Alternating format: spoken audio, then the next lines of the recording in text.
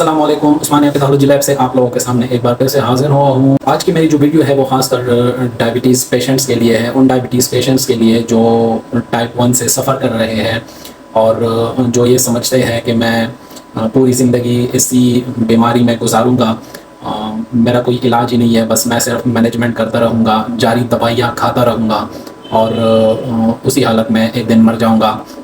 क्योंकि हर एक शुगर का पेशेंट यही सोचता है, जब किसी को शुगर लग जाती है, ये बीमारी जब किसी को लग जाती है तो सारे जितने भी पेशेंट्स हैं शुगर के, वो यही समझते हैं कि अब ये बीमारी मरते दम तक मेरी जान नहीं छोड़ेगी। तो उन लोगों के लिए एक खुशखबरी लेकर आया हूँ।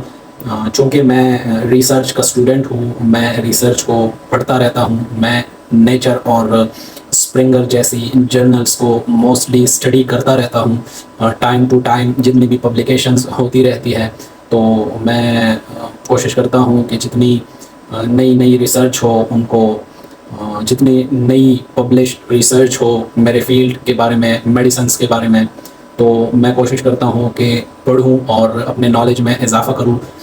रिसेंटली एक पेपर पब्लिश हुआ है, इस जर्नल में पब्लिश हुआ है, वो जर्नल्स की दुनिया में, रिसर्च पब्लिकेशंस की एक्सेप्टेंस की दुनिया में बादशाह समझा जाता है। उस जर्नल का नाम है नेचर। जो भी आपके पास साइंस से रिलेट स्टूडेंट है, साइंस से रिलेट रिसर्चर है, उसको अगर आप नेचर के बारे में बताएंगे कि नेचर कैसा जर्नल है, तो वो बताएगा कि ये नंबर 1 जर्नल है। तो रिसेंटली चाइनीज़ कुछ साइंटिस्ट ने उसके साथ कोलैबोरेशन में मैक्सिकन साइंटिस्ट ने और एक साइंटिस्ट जो है वो सऊदी अरेबिया से था, तो इन चंद साइंटिस्ट्स ने जो है एक पब्लिकेशन की है। अभी 2024 की ही बात है, मैं कुछ दिन पहले पढ़ रहा था कि उन्होंने जो है एक 25 इयर्स ओल्ड चाइनीज़ पेशेंट थी, डायबिटीज़ टाइप 1 से सफ़र थी। तो उस पेशेंट को जो है स्टेम सेल थेरेपी जो है उसकी की थी। तो स्टेम सेल थेरेपी से उसका जो शुगर है वो बिल्कुल ख़त्म हो गया था। तो उनकी रिसर्च तो ये बता रही है कि इंशाल्लाह जो टाइप 1 के पेशेंट्स हैं उनके लिए ये इंतहाई खुशखबरी की बात है कि जो आपके टाइप 1 है जो आपका, वो इंशाल्लाह फ्यूचर में ट्रीट किया जाएगा। अभी तक तो जो डॉक्टर्स हजरात है, जो फिजिशियंस और डायबिटोलॉजिस्ट है, वो जस्ट मैनेजमेंट की तरफ जा रहे हैं कि वो मैनेजमेंट को मतलब फोकस करते हैं कि आपका शुगर जो है, जो आपकी डायबिटीज़ है, वो कंट्रोल रहे। लेकिन उम्मीद है इस पेपर के बाद उम्मीद की जा सकती है कि फ्यूचर में जो है वो शुगर की मुकम्मल ट्रीटमेंट की जा सकेगी। जैसे बाकी डिजीज़ को मुकम्मल ख़त्म किया जाता है, ऐसे ही शुगर को मुकम्मल ख़त्म किया जाएगा।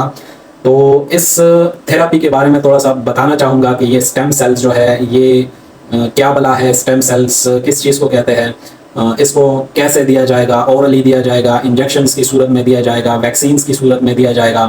तो इसको जो है पहले तो स्टेम सेल्स के बारे में बताते हैं कि स्टेम सेल्स जो है वो सेल्स होते हैं जिस सेल से आपकी जो है जो ऑर्गन्स है और टिश्यूज़ है वो बन रहे होते हैं। ठीक है, जो आपका पेंक्रियास है, आपका लबलबा जो है, आपके लबलबे में जो है वो हमारे पास सेल्स होते हैं जिनको आइलेट ऑफ लैंगरहान कहा जाता है। वो सेल्स जो है वो काम करना छोड़ देते हैं, तो उसके बाद जो है वो जो इंसुलिन और ग्लूकागॉन हार्मोन्स आपके पास होते हैं, वो हार्मोन जो है बनना बंद कर देते हैं।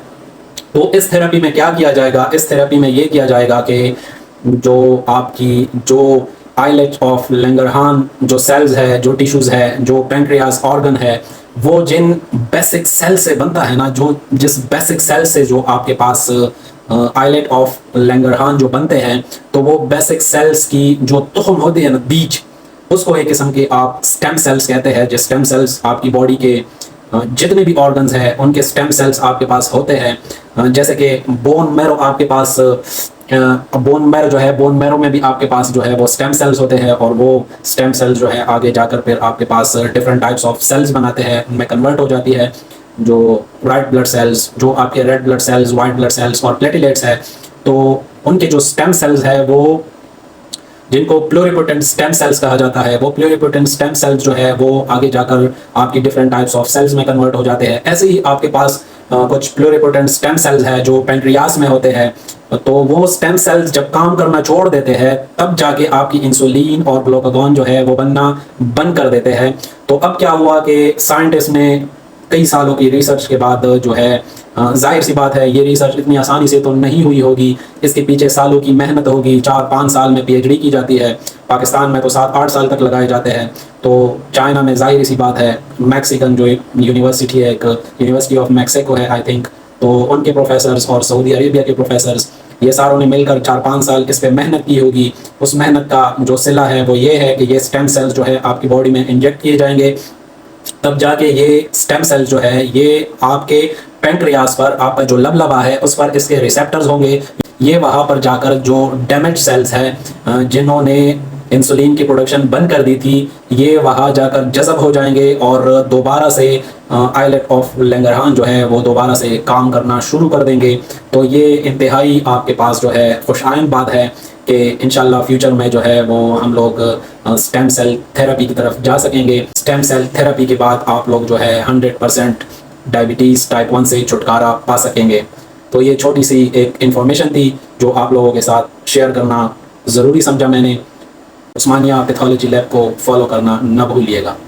यूट्यूब और इंस्टाग्राम और टिकटॉक पर हमारे अकाउंट्स है, हमारे चैनल्स है पैथो ब्रोस के नाम पर। आप लोगों से दरख्वास्त है कि आप लोग वहाँ जाकर सब्सक्राइब कीजिए और टिकटॉक और इंस्टाग्राम पर आप लोग फॉलो करना ना भूलिएगा। आप लोगों के लिए ऐसे ही इंफॉर्मेटिव वीडियोस बनाता रहूँगा।